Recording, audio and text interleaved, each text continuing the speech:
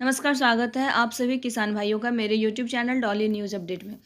अभी मैं आपको 15वीं किस्त के बारे में बताने जा रही हूँ। सरकार के द्वारा अभी तक जो 14 किस्तें जो हैं वो पात्र लाभार्थी किसान भाइयों के खाते में दी जा चुकी है। ये जो पात्र लाभार्थी किसान भाई हैं वो हमारे भारत देश में 12 करोड़ हैं, जिसमें से 14वीं किस्त का लाभ सिर्फ 8.5 करोड़ किसानों को मिला। 3.5 करोड़ किसान जो हैं वो इस लाभ से वंचित रह गए हैं। इसके लिए वो खुद जिम्मेवार हैं। उन्होंने खुद कुछ गलतियां की है जिसकी वजह से वो इस लाभ से वंचित रह गए हैं। 15वीं किस्त में से बाहर होंगे ऐसे लाभार्थियों के नाम, कहीं आपका नाम तो इस लिस्ट में शामिल नहीं है। जी हाँ दोस्तों, 15वीं किस्त के जो लाभ मिलेगा उससे बहुत सारे लाभार्थी जो हैं वो बाहर हो सकते हैं। तो कहीं इस लिस्ट में आपका नाम तो नहीं है। आइए जानते हैं हम इसके बारे में। वीडियो को आगे बढ़ाने से पहले आप अगर मेरे चैनल को सब्सक्राइब नहीं किए हैं तो प्लीज़ मेरे चैनल को सब्सक्राइब कीजिए और वीडियो में लगातार मेरे साथ बने रहिए। तो आइए जानते हैं हम, कहीं इस लिस्ट में आपका नाम तो नहीं है।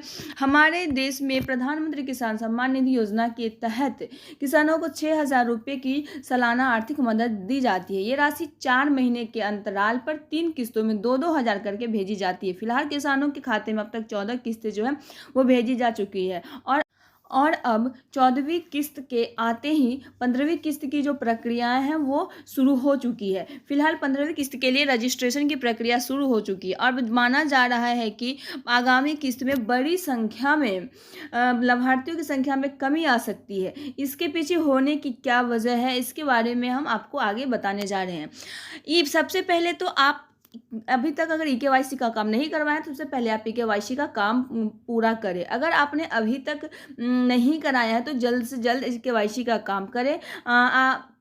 आप अपने किसी नज़दीकी सीसी सेंटर में जाकर या पीएम किसान पोर्टल पर जाकर ई-के-वाई-सी का काम करा सकते हैं। इस स्थिति में भी अगर आपने ई-के-वाई-सी का काम नहीं कराया है तो इस स्थिति में भी आप लाभार्थी लिस्ट से बाहर हो सकते हैं। पहला कारण तो ये हो गया, आप लाभार्थी लिस्ट से बाहर हो सकते हैं।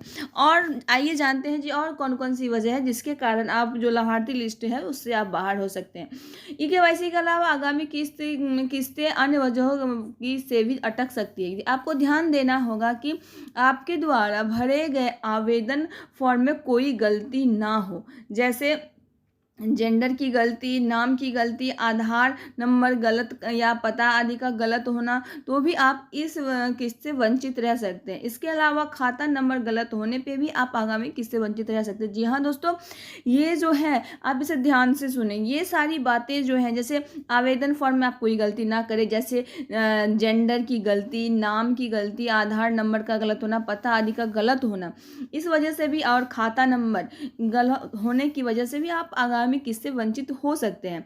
ऐसे में पीएम किसान सम्मान योजना की ऑफिशियल वेबसाइट पर जाकर आप आवेदन स्टेटस पर गलत दी गई जानकारियों को आप सही कर लें। जी हाँ दोस्तों, अगर आपने किसी तरह की कोई गलतियां की है तो ऑफिशियल वेबसाइट पर जाकर आवेदन स्टेटस पर दी गई गलत जानकारियों को आप सही कर लें और जल्द से जल्द सही कर लें। इस तरह से आप जो है वो 15वीं किस्त का जो लाभ है वो आपको मिल सकती है। इसके अलावा अगर आपको किसी भी तरह की कोई परेशानी हो रही है तो आप पीएम किसान के ईमेल आईडी पर आप जाकर संपर्क कर सकते हैं और और हेल्पलाइन नंबर भी है, उस पर जाकर भी आप अपना प्रॉब्लम बता सकते हैं। तो यहाँ से आपको बहुत सारी जानकारियाँ मिलेंगी और आप अपनी समस्या का समाधान यहाँ से आसानी से कर सकते हैं। धन्यवाद।